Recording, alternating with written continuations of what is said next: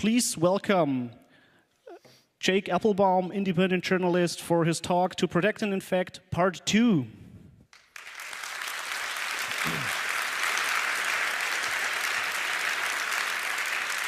Okay.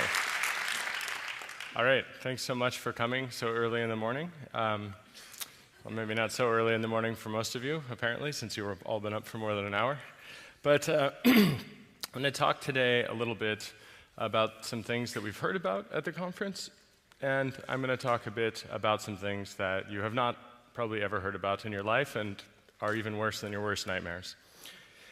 So recently we heard a little bit about some of the low-end corporate spying that's often billed as being sort of like the hottest, most important stuff. So the Finfisher, the hacking team, the VuPen, and sort of in that order it becomes more sophisticated and more tied in with the National Security Agency.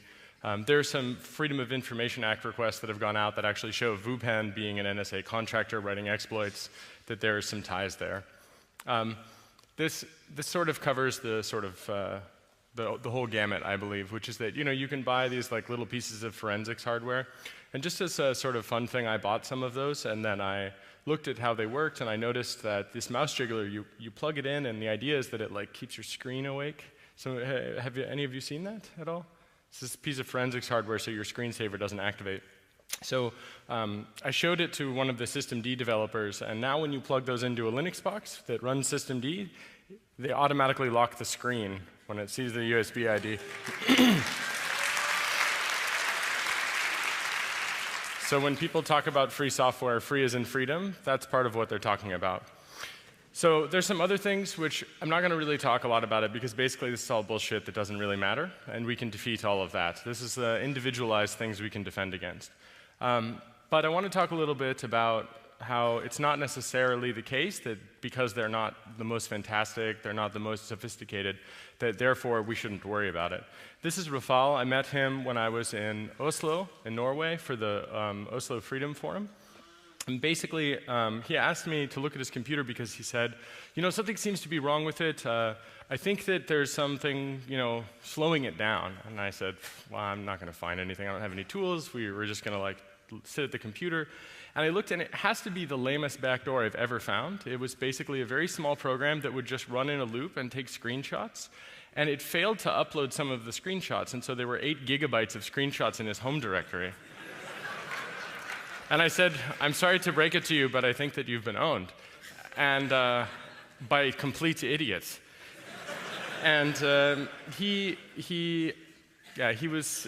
was really actually, he felt really violated. And then he told me what he does, which is he's an investigative journalist who works with top secret documents all the time with extreme operational security to protect his sources. But when it came to computing, JSchool failed him. And as a result, he was compromised pretty badly. He was not using a specialized operating system like Tails, which if you're a journalist and you're not using Tails, you should probably be using Tails unless you really know what you're doing. Apple did a pretty good job at revoking this application. And it was, in theory, it stopped. There are lots of samples from the same group. And this group that did this is tied to a whole bunch of other attacks across the world, actually, which is why it's connected up there with Operation Hangover. The scary thing, though, is that this summer, after we'd met, he was actually arrested relating to some of these things. And now, as I understand it, he's out, but when you mess with a military dictatorship, it messes with you back.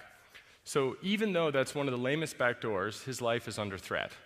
So just simple things can cause serious harm to regular people that are working for some kind of truth-telling. And that, to me, is really a big part of my motivation for coming here to talk about what I'm going to talk about next, which is that for every person that we learn about, like Rafal, I think there are lots of people we will never learn about. And to me, that's very scary. And I think we need to bring some transparency, and that's what we're going to talk about now. And I really want to emphasize this point. Even though they're not technically impressive, they are actually still harmful. And that is really a key point to drive home. I mean, some of the backdoors that I've seen are really not sophisticated. They're not really that interesting. And in some cases, they're common off-the-shelf purchases between businesses. So it's like business-to-business exploitation software development. I feel like that's really kind of sad, and I also think we can change this. We can turn this around by exposing it. So, what's it all about, though? Fundamentally, it's about control, baby. And that is what we're going to get into. It's not just about control of machines. What happened with Rafal is about control of people. And fundamentally, when we talk about things like internet freedom, and we talk about tactical surveillance and strategic surveillance, we're talking about control of people through the machinery that they use. And this is a really, I think, a really kind of, I'm trying to make you laugh a little bit because what I'm going to show you today is wrist-slitting depressing. So, part 2, or act 2 of part 2. Basically, the NSA, they want to be able to spy on you, and if they have 10 different options for spying on you that you know about, they have 13 ways of doing it, and they do all 13. So that's a pretty scary thing, and basically their goal is to have total surveillance of everything that they are interested in. So there really is no boundary to what they want to do. There is only sometimes a boundary of what they are funded to be able to do, and the amount of things they're able to do at scale. They seem to just do those things without thinking too much about it, and there are specific tactical things where they have to target a group or an individual, and those things seem limited either by budget or simply by their time. And as we have released today on Der Spiegel's website, which it should be live, I just checked, it should be live for everyone here, we actually show a whole bunch of details about their budgets as well as the individuals involved with the NSA and the Tailored Access Operations Group in terms of numbers. So it should give you a rough idea showing that there was a small period of time in which the internet was really free and we did not have people from the US military that were watching over it and exploiting everyone on it. And now we see every year that the number of people who are hired to break into people's computers as part of grand operations, those people are growing day by day, actually. And every year there are more and more people that are allocated, and we see this growth. So that's the goal, non-attribution and total surveillance. And they want to do it completely in the dark. The good news is that they can't. So now I'm going to show you a bit about it. But first, before I show you any pictures, I want to sort of give you the big picture from the top down.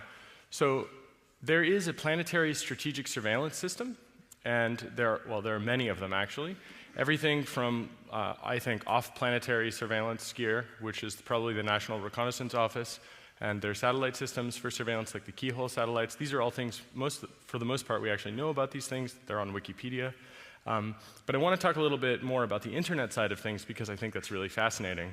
So part of what we are releasing today with Der Spiegel, or what has actually been released, just to be clear on the timeline, I'm not disclosing it first. I'm working as an independent journalist, summarizing the work that we have already released onto the internet as part of a publication house that went through a very large editorial process in which we redacted all the names of agents and information about those names, including their phone numbers and email addresses. And I should say that I actually think that the laws here are wrong because they are in favor of an oppressor who is criminal.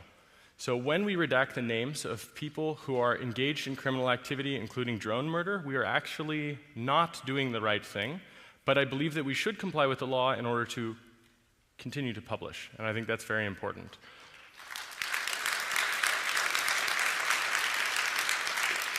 We also redacted the names of victims of NSA surveillance because we think that there's a balance. Unfortunately, there is a serious problem, which is that the US government asserts that you don't have standing to prove that you've been surveilled unless we release that kind of information.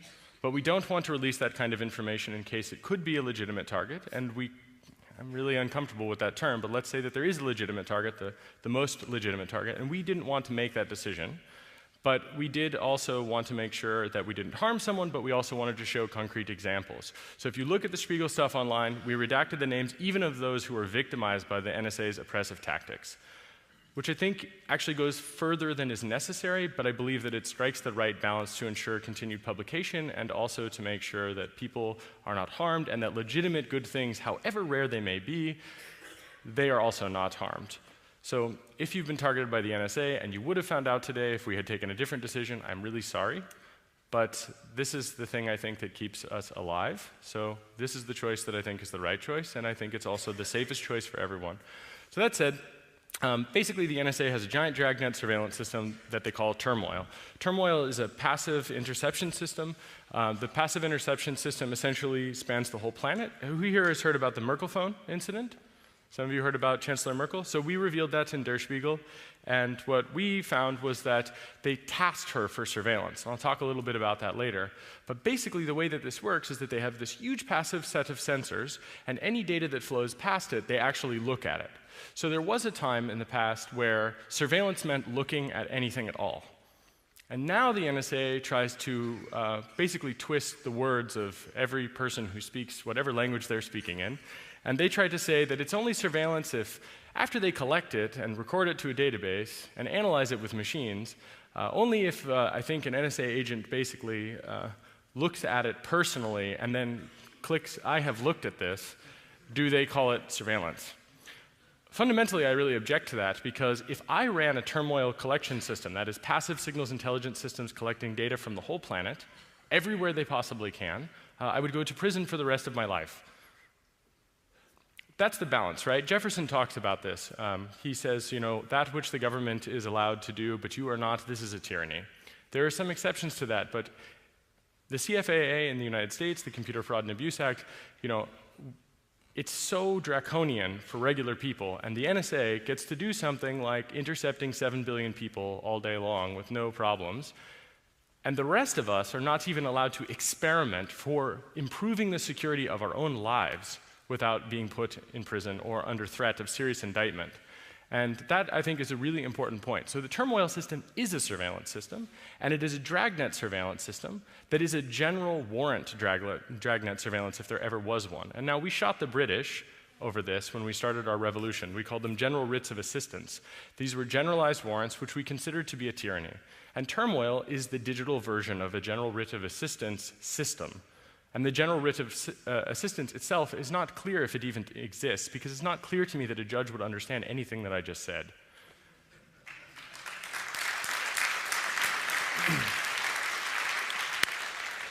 Okay, so now we're going to get scary. So that's just the passive stuff. There exists another system, it's called Turbine, and we revealed about this system in the Spiegel publications today as well. So if Turmoil is deep packet inspection, then Turbine is deep packet injection. And it is the system that, combined together with a thing, with Turmoil and Turbine, you can create a platform which they have consolidated, which they call Q-Fire. Q-Fire is essentially a way to programmatically look at things that flow across the internet that they see with Turmoil, and then using Turbine, they're able to actually inject packets to try to do attacks. And I'll describe some of those attacks in detail in a moment. But essentially, the interesting thing about Q-Fire also is that they have a thing that's called a diode. So if you have, for example, a large number of systems where you control them, you might say, hey, what are you doing on that backbone? Hey, what's going on with these systems? And they could say, well, you know, we paid for access, we're doing this, it's all legal, et cetera. Q-Fire has this really neat little detail, which is that they compromise other people's routers and then redirect through them so that they can beat the speed of light. And how they do that is that they have a passive sensor that's nearby a thing that they can inject from. And when they see that that thing sees a selector that is interesting to them or is doing a thing that they would like to tamper with in some way, then they take a packet, they encapsulate the packet, they send it to the diode, which might be your home router potentially, and then that home router decapsulates that packet and sends it out. And because that is very close to you, and let's say you're visiting Yahoo, then the Yahoo packet will not beat you. That is, or they will not beat the NSA or GCHQ. So it's a race condition. And so they basically are able to control this whole system and then localize attacks in that process. So that's a pretty scary stuff, actually. And while it is a digital thing, I think it's important to understand that this is what Jefferson talked about when he talked about tyranny. This is turnkey tyranny, and it's not that it's coming, it's actually here. It's just merely a question about whether or not they'll use it in a way that we think is a good way or not a good way. And one of the scariest parts about this is that for this system, or these sets of systems to exist, we have been kept vulnerable. So it is the case that if the Chinese, if the Russians, if people here wish to build this system, there's nothing that stops them. And in fact, the NSA has, in a literal sense, retarded the process by which we would secure the internet because it establishes a hegemony of power. their power in secret to do these things. And in fact, I've seen evidence that shows that there are so many compromises taking place between the different Five Eyes signals intelligence groups that they actually have lists that explain, if you see this backdoor on the system, contact the friendly agency. You've just re-compromised a machine of another person. So when we talk about this, we have to consider that this is designed for at-scale exploitation. And as far as I can tell, it's being used for at-scale exploitation, which is not really, in my mind, a targeted, particularized type of thing, but rather it's fishing operations, it's fishing expeditions, it's more like fishing crusades, if you will. And in some cases, looking at the evidence, that seems to be what it is, targeting Muslims, I might add, because that's what they're interested in doing. So that said, that's the internet, and we get all the way down to the bottom, and we get to the close access operations and off-net. Off-net and close access operations are pretty scary things, but basically this is what we would call a black bag job. That's where these guys, they break into your house, they put something in your computer, and they take other things out of your computer. Here's an example, first top secret document of the talk so far. This is a close access operations box. It is basically car metasploit for the NSA. Which is an interesting thing, but basically they say the attack is undetectable, and it's sadly a laptop running free software. It is injecting packets, and they say that they can do this from as far away as 8 miles to inject packets. So presumably using this, they're able to exploit a kernel vulnerability of some kind, parsing the wireless frames. And yeah, I've heard that they actually put this hardware from sources inside of the NSA and inside of other intelligence agencies, that they actually put this type of hardware on drones so that they fly them over areas that they're interested in, and they do mass exploitation of people. Now, we don't have a document that substantiates that part, but we do have this document that actually claims that they've done it from up to 8 miles away. So that's a really interesting thing, because it tells us that they understand that common wireless cards, probably running Microsoft Windows, which is an American company, that they know about vulnerabilities and they keep them a secret to use them. This is part of a constant theme of sabotaging and undermining American companies and American ingenuity. As an American, well, generally not a nationalist, I find this disgusting, especially as someone who writes free software and would like my tax dollars to be spent on improving these things. And when they know about them, I don't want them to keep them a secret, because all of us are vulnerable. It's a really scary thing.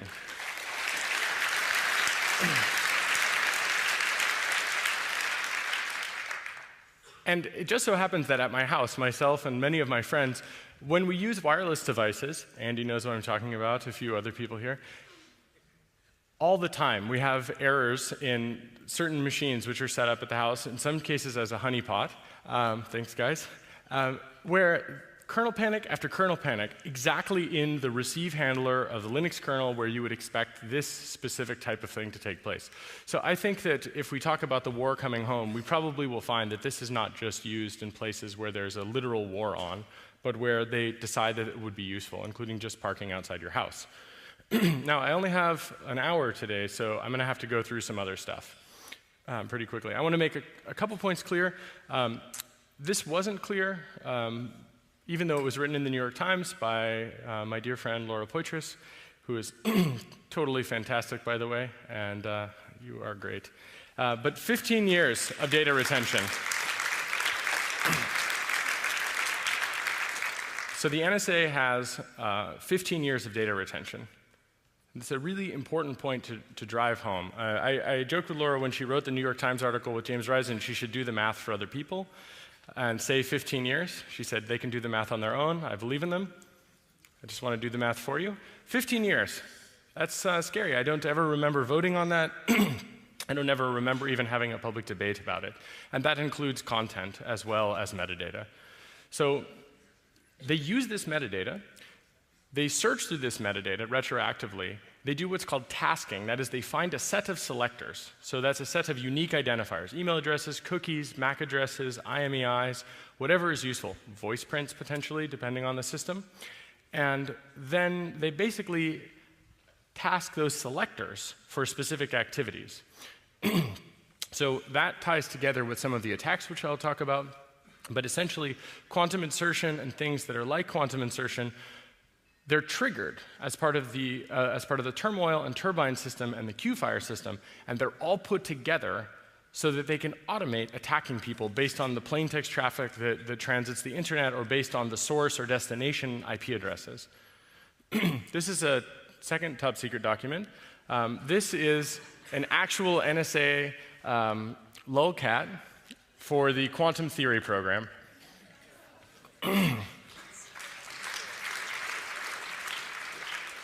You'll notice it's a black cat hiding.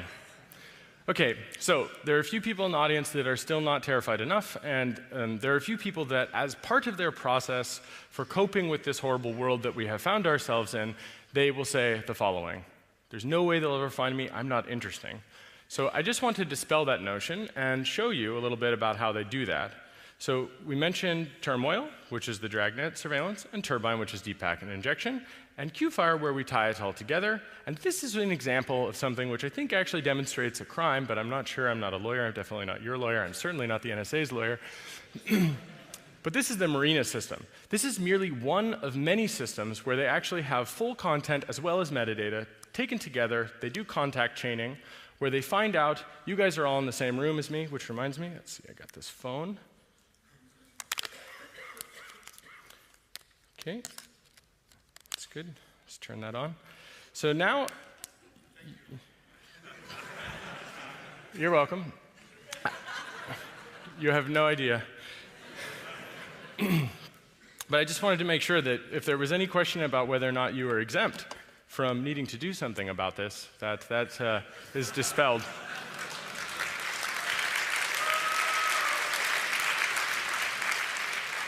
Okay, cell phone's on. Great. So, hey guys. So, the Marina system is a contact chaining system as well as a system that has data. And in this case, what we see is, in fact, reverse contacts and forward contact graphing. So, any lawyers in the audience? If there are American citizens in this database, is reverse targeting like this illegal? Generally? Is it possible that that could be considered illegal? Yeah, so interesting. If it's called reverse contacts instead of reverse targeting, yeah, exactly. So you'll also notice on the right-hand side, webcam photos. So just in case you're wondering, in this case, this particular target, I suppose that he did not or she did not have a webcam. Good for them. If not, you should follow the EFF's advice and you should put a little sticker over your webcam. But you also note that they tried to find equivalent identifiers. So every time there's a linkable identifier that you have on the internet, they tried to put that and tie it together and contact chain it. And they tried to show who you are among all of these different potential identifiers. So if you have 5 email addresses, they would link them together. And then they try to find out who all your friends are. You also note at the bottom here, logins and passwords. So they're also doing dragnet surveillance in which they extract the feature set extraction where they know semantically what a login and a password is in a particular protocol. And in this case, this guy is lucky, I suppose, and they were not able to get passwords or webcam. But you'll note that they were able to get his contacts, and they were able to see, in fact, 29, give or take, received messages as well, of which there are these things. Now, in this case, we've redacted the email and instant messenger information, but this is an example of how you can't hide from these things, and thinking that they won't find you is a fallacy. So this is basically the difference between taking one wire and clipping onto it in a particularized suspicious way, where they're really interested. They have a particularized suspicion. They think that someone is a criminal. They think someone has taken some serious steps that are illegal. And instead what they do is they put all of us under surveillance, record all of this data that they possibly can, and then they go looking through it. Now, in the case of Chancellor Merkel, when we revealed NSRL 2002-388, what we showed was that they were spying on Merkel, and by their own admission, 3 hops away, that's everyone in the German parliament and everyone here. So that's pretty serious stuff. It also happens that if you should be visiting certain websites, especially if you're a Muslim, it is the case that you can be attacked automatically by this system. Right? So that would mean that they would automatically start to break into systems. That's what they would call untasked targeting. Interesting idea that they call that targeted surveillance. To me, that doesn't really sound too much like targeted surveillance, unless what you mean by carpet bombing. It just doesn't strike me right. It's not my real definition of targeted. It's not well defined. It's not that a judge has said, yes, this person is clearly someone we should target. Quite the opposite. This is something where some guy who has a system has decided to deploy it, and they do it however they like, whenever they would like. And while there are some restrictions, it's clear that the details about these programs do not trickle up. And even if they do not trickle up in a useful way. So this is important because members of the US Congress, they have no clue about these things. Literally, in the case of the technology. Ask a congressman about TCP/IP.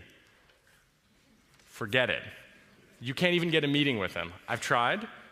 Doesn't matter. Even if you know the secret interpretation of Section 215 of the Patriot Act and you go to Washington, D.C. and you meet with their aides, they still won't talk to you about it.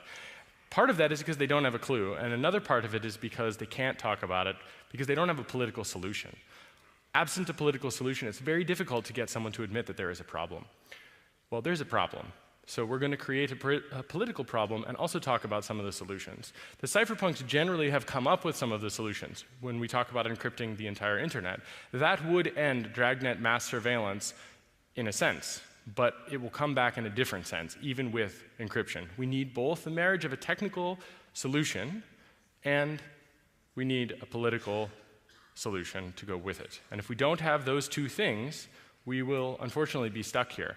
But at the moment, the NSA basically, I feel, has more power than anyone in the entire world, any one agency or any one person. So Emperor Alexander, the head of the NSA, really has a lot of power.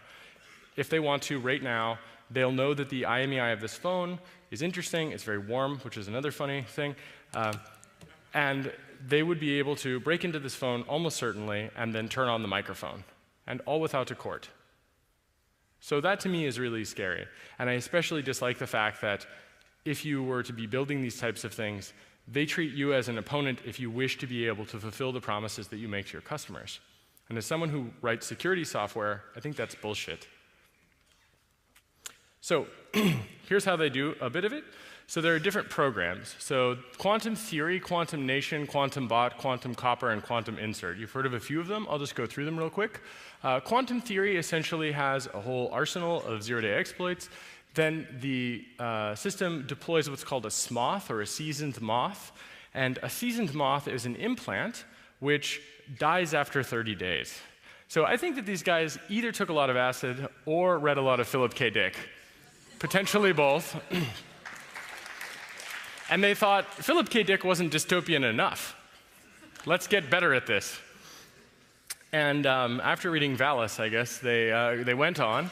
And they also have, as part of Quantum Nation, what's called validator or commandeer. Now, these are first-stage payloads that are done entirely in memory. These exploits essentially are where they look around to see if you have what are called PSPs. And this is to say, like, if you have tripwire, if you have AID, if you have some sort of system tool that will detect that an attacker is tampering with files or something like this, like a host intrusion detection system. So validator and commandeer, which, clearly the point of commandeer, well, it's misspelled here. It's not actually, that's the name of the program, but the point is to make a pun on commandeering your machine. So, when I think about the US Constitution in particular, we talk about not allowing the quartering of soldiers. Gosh, commandeering my computer sounds a lot like a digital version of that. And I find that's a little bit confusing, mostly in that I don't understand how they get away with it. But part of it is because until right now, we didn't know about it in public, which is why we're releasing this in the public interest so that we can have a better debate about whether or not that counts, in fact, as a part of this type of what I would consider to be tyranny, or perhaps you think it is a measured and reasonable thing. I somehow doubt that. But in any case, Quantum Bot is where they hijack IRC bots, because why not? They thought they would like to do that.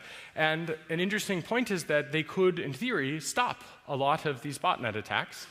And they have decided to maintain that capability, but they're not yet doing it, except when they feel like doing it for experiments or when they do it to potentially use them.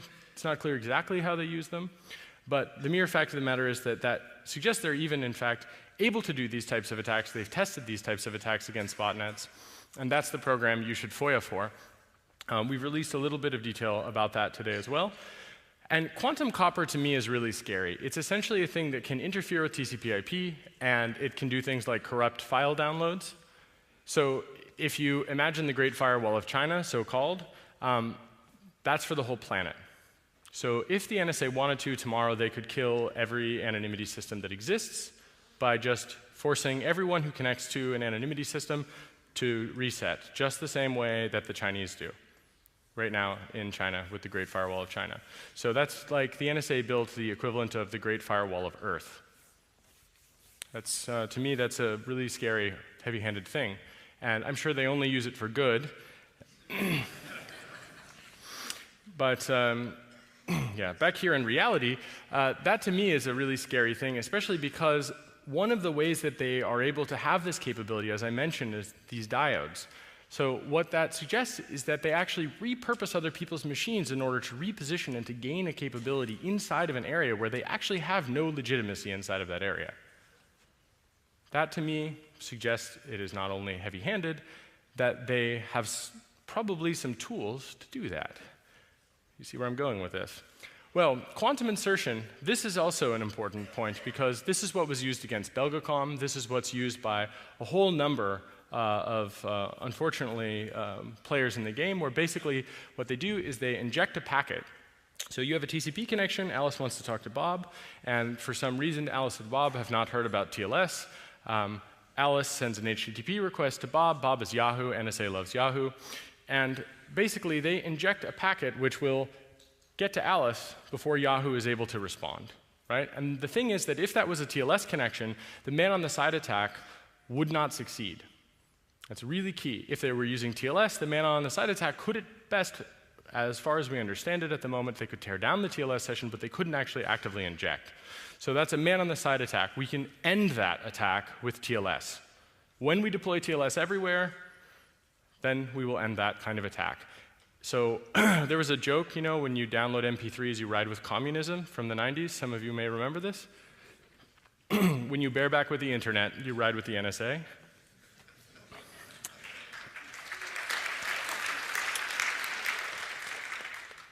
Or you're getting a ride, going for a ride. So the TAO infrastructure, tailored access and operations. Some of the Fox ACID URLs are public. Fox ACID is essentially like a watering hole type of attack where you go to a URL, quantum insert puts like an iframe or puts some code on your, in your web browser, which you then execute, which then causes you to load resources. One of the resources that you'll load, where you're loading CNN.com, for example, which is one of their examples. You like that, by the way? So, you know, that's an extremist site. So you might have heard about that. It's a lot of Republicans in the United States read it. So right before they wage illegal imperialist wars. So the point is that you go to a Fox ACID server, and it basically does a survey of your box and decides if it can break into it or not, and then it does. Yep, that's basically it. And the Fox ACID URLs, a few of them are public. Some of the details about that have been made public about how the structure of the URLs are laid out and so on. An important detail is that they pretend that they're Apache, but they actually do a really bad job. So they're like hacking team. Maybe it's the same guys. I doubt it, though. The NSA wouldn't slum with scumbags like that. But basically, you can tell. You can find them because they aren't really Apache servers. They pretend to be something else. The other thing is that none of their infrastructure is in the United States. So a little quick anonymity question. You have a set of things, and you know that a particular attacker never comes from one place. So every country on the planet, potentially, but never one place. The one place where most of the internet is. What does that tell you in terms of anonymity? It tells you usually that they're hiding something about that one place. Maybe there's a legal requirement for this. It's not clear to me, but what is totally clear to me is that if you see this type of infrastructure and it is not in the United States, there is a chance, especially today, that it's the NSA's Tailored Access and Operations Division. And here's an important point. When the NSA can't do it, they bring in GCHQ. So for example, for targeting certain Gmail selectors, they can't do it. And in the documents we released today, we show that they say, if you have a partner agreement form and you need to target, there are some additional selectors that become available should you need them. So when we have a limit an intelligence agency in the United States or here in Germany or something like this, we have to recognize that information is a currency in an unregulated market. And these guys, they trade that information. And one of the ways they trade that is like this. And they love Yahoo. So, little breather. It's always good to make fun of the GCHQ with Austin Powers. Okay, another classified document here. That's actual NSA open office or PowerPoint clip art of their horrible headquarters that you see in every news story. I can't wait to see a different photo of the NSA someday. But you'll notice right here they explain how quantum works. Now, SSO is a special source operations site. So you've seen US embassies. Usually the US Embassy has dielectric panels on the roof. That's what we showed in Berlin. That was called Das Nest on the cover of Der Spiegel. That's an SSO site. So they see that this type of stuff is taking place. They do an injection, and they try to beat the Yahoo packet back. Now, another interesting point is that for the Yahoo packet to be beaten, the NSA must impersonate Yahoo. This is a really important detail because what it tells us is that they are essentially conscripting Yahoo and saying that they are Yahoo. So they are impersonating a US company to a US company user, and they are not actually supposed to be in this conversation at all. And when they do it, then they, of course, basically, if you're using Yahoo, you're definitely going to get owned. So, and I don't just mean that in that Yahoo is vulnerable, they are, but I mean people that use Yahoo tend to, maybe it's a bad generalization, but you know, they're not the most security conscious people on the planet. They don't keep their computers up to date, I'm guessing, and that's probably why they love Yahoo so much. They also love CNN.com, which is some other, I don't know what that says. It's like a sociological study of compromise. But that's an important detail. So the SSO site sniffs, and then they do some injection. They redirect you to Fox Asset. That's for web browser exploitation. They obviously have other exploitation techniques. OK, so now, we all know that cell phones are vulnerable. Here's an example. This is a base station that the NSA has that I think it's the first time ever anyone's ever revealed an NSA IMSI catcher. So here it is. Well, actually, second time, because Der Spiegel did it this morning, but you know what I mean.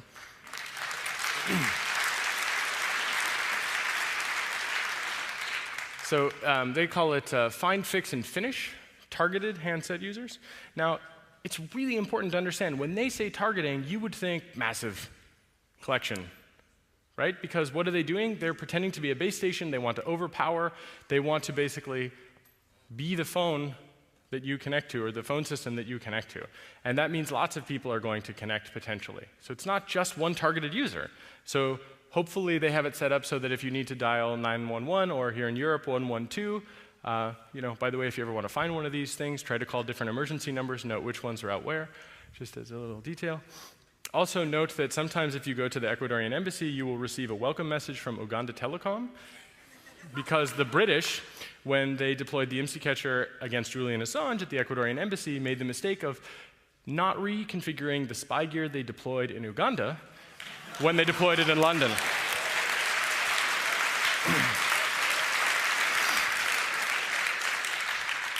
And this can be yours for only $175,800 US. And this covers GSM and PCS and DCS and a bunch of other stuff. So basically, if you use a cell phone, forget it. It doesn't matter what you're doing. The exception may be cryptophone and redphone. In fact, I'd like to just give a shout out to the people who work on free software and software which is actually secure. Like Moxie Marlinspike, I'm so sorry I mentioned your name in my talk, but don't worry, your silence won't protect you. I think it's really important to know Moxie is one of the very few people in the world who builds technologies that is both free and open source, and as far as I can tell, he refuses to do anything awful. No backdoors or anything. And from what I can tell, this proves that we need things like that. This is absolutely necessary because they replace the infrastructure we connect to. It's like replacing the road that we would walk on and adding tons of spy gear. And they do that too. We'll get to that. OK. So I'm going to go a little quick through these because I think it's better that you go online and you ingest it, and I want to have a little bit of time for questions. But basically, here's an example of how, even if you disable a thing, the thing is not really disabled. So if you have a Wi-Fi card in your computer, the Somber Knave program, which is another classified document here, They basically repurpose your Wi-Fi gear. They say, you're not using that Wi-Fi card? We're going to scan for Wi-Fi nearby, we're going to exfiltrate data by finding an open Wi-Fi network, and we're going to jump on it. So they're actually using other people's wireless networks in addition to having this stuff in your computer. And this is one of the ways they beat a so-called air-gapped target computer. Okay, so here are some of the software implants. Now, we're going to name a bunch of companies because fuck those guys, basically, for collaborating when they do, and fuck them for leaving us vulnerable when they do.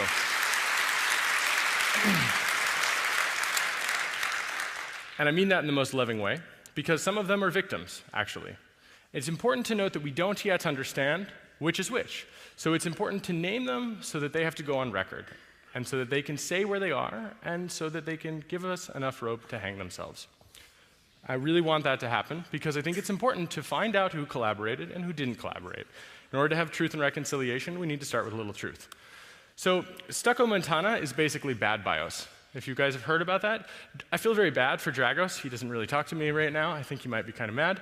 But after I was detained by the US Army on US soil, I might add, they took a phone from me. Now, it shouldn't matter, but they did.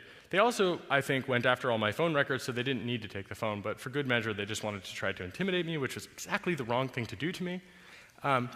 But as he told the story, after that happened, all of his computers, including his Xbox, were compromised. And he says, even to this day, that some of those things persist. And he talks about the BIOS. Here's a document that shows clearly that they actually reflash the BIOS, and they also have other techniques, including system management mode, related rootkits, and that they have persistence inside of the BIOS.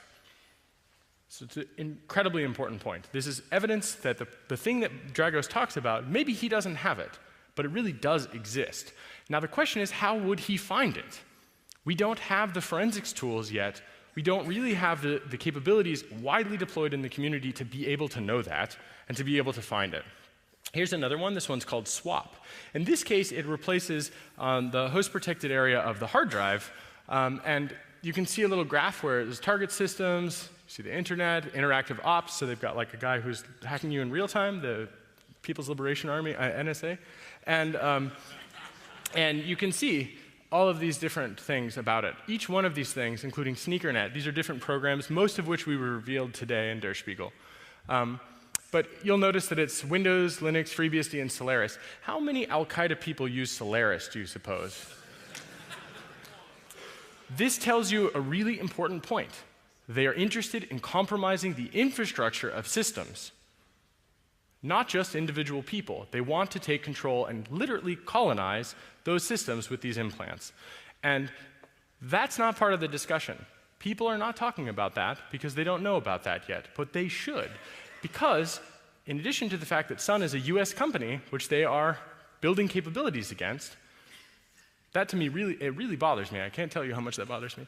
We also see that they're attacking Microsoft, another US company, and Linux and FreeBSD, where there are a lot of people that are building it from all around the world. So they're attacking not only collective efforts and corporate efforts, but basically every option you possibly can, from end users down to telecom core things.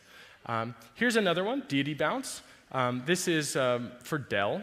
So Dell PowerEdge 1850, 2850, 1950, 2950 RAID servers using any of the following BIOS versions. Right? So just in case you're wondering, hey Dell, why is that? Curious about that. Love to hear your statements about it. So if you write Yara SIGs and you're interested in looking for NSA malware, look for things that use RC6. So look for the constants that you might find in RC6. And when they run, if they emit UDP traffic, we've actually seen a sample of this, but we were not able to capture it, sadly. But emitting UDP traffic that is encrypted. You know, people that I've worked with on things related to this, they've had their house black-bagged. They've had pretty bad stuff happen to them. That's their story to tell. But one of the interesting details is that after those events occurred, these types of things were seen. Man, that was a really bad idea for those guys, I might add, because I wouldn't have put the slide in if that had not occurred. But if you want to look for it, you'll find it. I know some people that have looked with Yara SIGs, and they have in fact found things related to this. So I suspect a lot of malware researchers in the near future are going to have a lot of stuff to say about this particular slide. I'll leave that to them. I think it's very important to go looking for these things, especially to find out who is victimized by them. Here's an iPhone backdoor. So dropout Jeep, so you can see right there.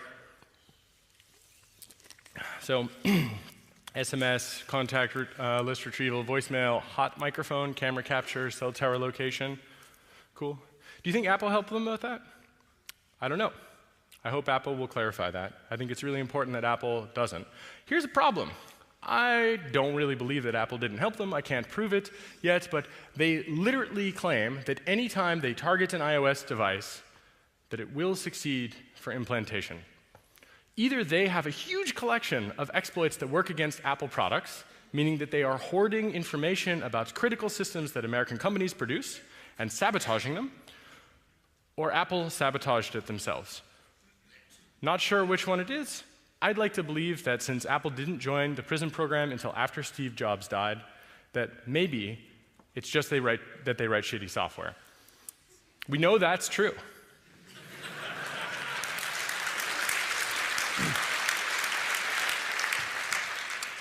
Here's a HVT, high-value target. This is a high-value target being targeted with a backdoor for Windows CE Thuraya phones. So if you have a Thuraya phone and you were wondering if it was secure, yeah, maybe. Good luck.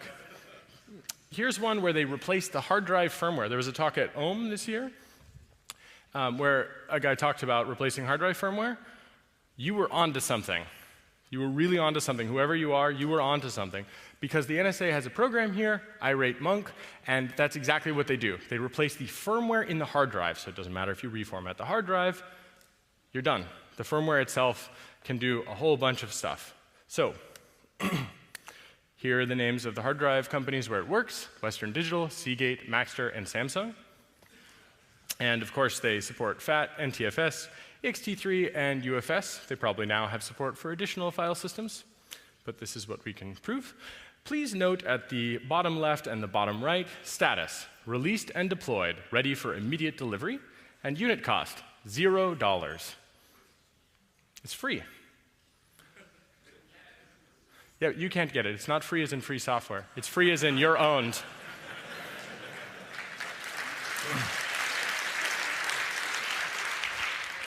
I want to give a shout out to Karsten, Noel, and Luca for their incredible talk where they showed this exact attack without knowing that they had found it. Right? They say, yeah, absolutely. Important point. The NSA says that when they know about these things, that nobody will come to harm, no one will be able to find them, they'll never be able to be exploited by another third party.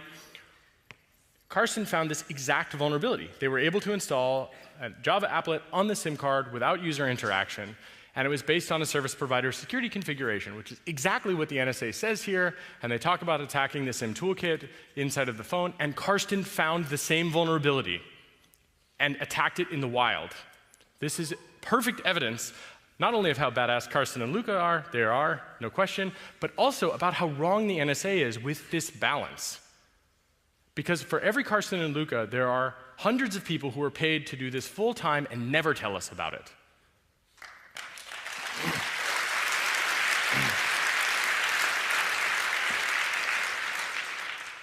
Important detail. Do you see that interdiction phrase right there? Through remote access, in other words, we broke into your computer, or interdiction, in other words, we stole your fucking mail. Now, this is a really important point. We all have heard about these paranoid, crazy people talking about people breaking into their houses. That's happened to me a number of times. Motherfuckers, getting you back. It's really important to understand this process is one that threatens all of us. The sanctity of the postal system has been violated. I mean, God, it makes me so angry, you know? You can't even send a letter without being spied on, but even worse, that they tamper with it. It's not enough that the US Postal Service records all of this information and keeps it. That's not enough. They also have to tamper with the packages. So every time you buy from Amazon, for example, every time you buy anything on the internet, there is the possibility that they will actually take your package and change it. One of the ways that I've heard that they change it is that they will actually take the case of your computer and they will injection mold a hardware backdoor into the case of the computer. So that even if you were to look at the motherboard or have it serviced, you would not see this. It nearly just needs to be in the proximity of the motherboard. So let's talk about hardware implants that they would put into your devices. Here's one. This is called Bulldozer. It's a PCI bus hardware implant. Pretty scary. Doesn't look so great, but let's go on a little bit. Okay, here's one where they actually exploit the BIOS and system management mode. There's the graph. It shows all of these various different interconnections, which is important. Then they talk about the long-range comms, Inmarsat, VSAT, NSA means, and future capabilities. I think NSA means exists. Future capabilities seems self-explanatory. This hardware implant provides two-way RF communication. Interesting. So you disable all the wireless cards, whatever you need, there you go. They just added a new one in there, and you don't even know. Your system has no clue about it. Here's a hardware backdoor which uses the I2C interface because no one in the history of time other than the NSA probably has ever used it. That's good to know that finally someone uses I2C for something. Okay, other than fan control. But look at that. It's another American company that they are sabotaging. They understand that HP's servers are vulnerable, and they decided, instead of explaining that this is a problem, they exploit it. And Iron Chef, through interdiction, is one of the ways that they will do that. So I want to really harp on this. Now, it's not that I think European companies are worth less. I suspect, especially after this talk, that won't be true in a literal stock sense, but I don't know. I think it's really important to understand that they are sabotaging American companies because of the so-called home field advantage. The problem is that as an American who writes software, who wants to build hardware devices, this really chills my expression, and it also gives me a problem, which is that people say, why would I use what you're doing? You know, what about the NSA? Man, that really bothers me. I don't deserve the Huawei taint, and the NSA gives it. And President Obama's own advisory board that was convened to understand the scope of these things has even agreed with me about this point, that this should not be taking place, that hoarding of zero-day exploits cannot simply happen without thought processes that are reasonable and rational and have an economic and social valuing where we really think about the broad-scale impact. Now, we're going to go on to a little bit more. Here's where they attack SIM cards. This is Monkey Calendar. So it's actually the flowchart of how this would work. So in other words, they told you all of the ways in which you should be certainly looking at this. So if you ever see your handset emitting encrypted SMS that isn't text secure, you now have a pretty good idea that it might be this. Here's another example. If you have a computer in front of you, I highly encourage you to buy the Samsung SGH-X480C. That's the preferred phone of the NSA for attacking another person's phone. Not exactly sure why, but an important point is they add the backdoor, then they send an SMS from a regular phone. What does that tell you? What does that tell you about the exploitation process? It tells you that it's actually something which is pretty straightforward, pretty easy to do, doesn't require specialized access to the telecoms once they've got your phone compromised. That, to me, suggests that other people might find it, other people might use these techniques. Okay, here's a USB hardware implant called Cottonmouth. We released this in Spiegel today as well. See the little red parts? It will provide a wireless bridge onto the target network with the ability to load exploit software.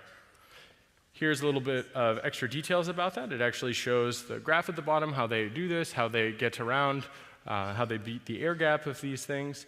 And they talk a bit about being Genie compliant. So Genie and the rest of these programs, these are like Dropout Jeep is part of the Chimney Pool programs, and Cottonmouth is part of the rest of these programs over here.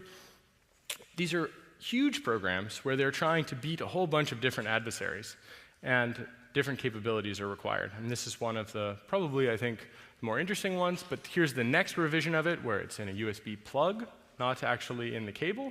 And look, 50 units for $200,000 US. It's really cheap. You like my editorializing there, I hope. So $200,000, okay. And here's where you look for it. If you happen to have an X-ray machine, look for an extra chip. And that's a Howler Monkey radio frequency transmitter. Well, what's a Howler Monkey? We'll talk about that in a second, but basically, this is for Ethernet. Here, this is the Firewalk. It can actually do injection bidirectionally on the Ethernet controller into the network that it's sitting on. So it doesn't even have to do things directly to the computer. It can actually inject packets directly into the network according to the specification sheet, which we released today on Der Spiegel's website. As it says, active injection of Ethernet packets onto the target network. Here's another one from Dell with an actual Flux Babbitt hardware implant for the PowerEdge 2950. This uses the JTAG debugging interface of the server. Why did Dell leave a JTAG debugging interface on these servers?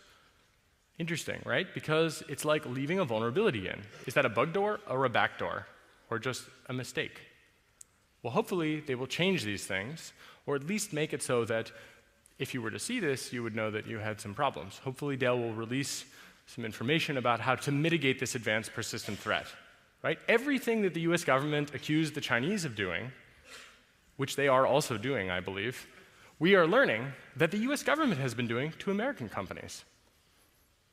That to me is really concerning, and we've had no public debate about these issues, and in many cases, all the technical details are obfuscated away, and they're just completely outside of the purview of discussions. In this case, we learn more about Dell and which models. And here's the howler monkey. These are actually photographs of the NSA implanted chips that they have when they steal your mail. So after they steal your mail, they put a chip like this into your computer. So the one, the Firewalk one is the Ethernet one, and that's an important one. You probably will notice that these look pretty simple, common off-the-shelf parts. So, whew. All right. Who here is surprised by any of this? I'm really, really, really glad to see that you're not all cynical fuckers, and that someone here would admit that they were surprised. Okay, who here is not surprised? I'm gonna blow your fucking mind. Okay, we all know about Tempest, right? Where the NSA pulls data out of your computer, you radiate stuff, and they grab it, right? Everybody who raised their hand and said they're not surprised, you already knew about Tempest, right? Right? Okay. Well, what if I told you that the NSA had a specialized technology for beaming energy into you and to the computer systems around you? Would you believe that that was real, or would that be paranoid speculation of a crazy person? Anybody? You cynical guys holding up your hands saying that you're not surprised by anything? Raise your hand if you would be unsurprised by that. Good. It's not the same number. It's significantly lower. It's one person. Great. Here's what they do with those types of things. That exists, by the way. Makes you, when I told Julian Assange about this, he said it right. He said, I bet the people who are around Hugo Chavez are going to wonder what caused his cancer. And I said, you know, I hadn't considered that. But you know, I haven't found any data about human safety about these tools. Has the NSA performed tests where they actually show that radiating people with 1 kilowatt of RF energy at short range is safe? My God. No, you guys think I'm joking, right? Well, yeah, here it is. This is a continuous wave generator. A continuous wave radar unit. You can detect its use because it's used between 1 and 2 gigahertz, and its bandwidth is up to 45 megahertz. User adjustable, 2 watts, using an internal amplifier. External amplifier makes it possible to go up to 1 kilowatt. I'm just going to let you take that in for a moment. Who's crazy now?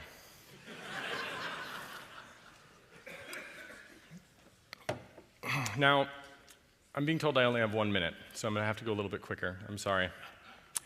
Here's why they do it. This is an implant called RageMaster. It's part of the Angry Neighbor family of tools, where they have a small device that they put in line with a cable in your monitor, and then they use this radar system to bounce a signal. This is not unlike the Great Seal Bug that Louis Theremin designed for the KGB. So it's good to know we finally caught up with the KGB, but now with computers.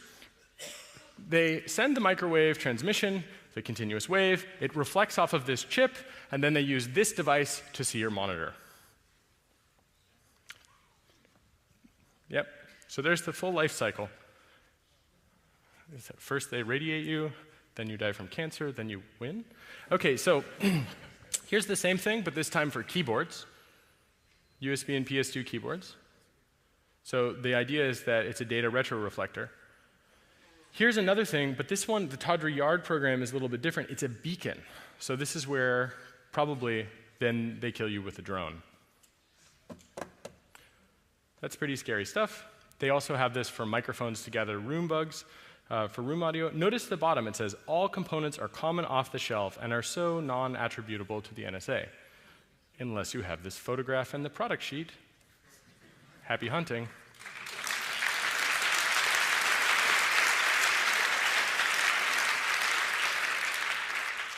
Just to give you another idea, this is a device they use to be able to actively hunt people down. This is a hunting device, right? Handheld finishing tool used for geolocation targeting handsets in the field. So, who was not surprised by this? I'm so glad to have finally reached a point where no one raised their hand except that one guy who I think misheard me. Or you're brilliant, and please stay in our community and work on open research. Yeah, and if you work for the NSA, I'd just like to encourage you to leak more documents.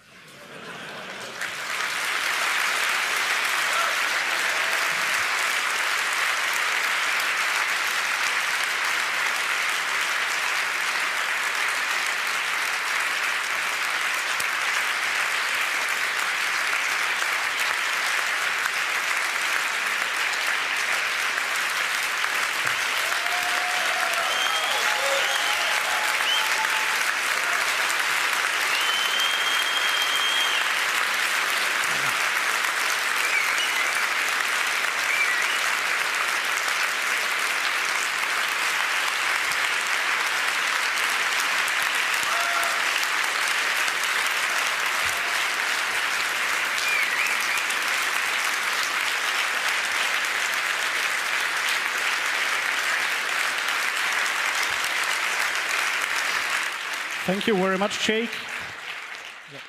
Thank you. I'm afraid we ran all out of time for the Q&A. I'm very sorry for everyone who wanted to ask questions. But we do have a press conference. Well, if you guys, I say occupy the room for another 5 minutes, or know that there's a press conference room that will be opened up where we can all ask as many questions as we want in 30 minutes if you're interested. And I'll basically be available until I'm assassinated to answer questions. So,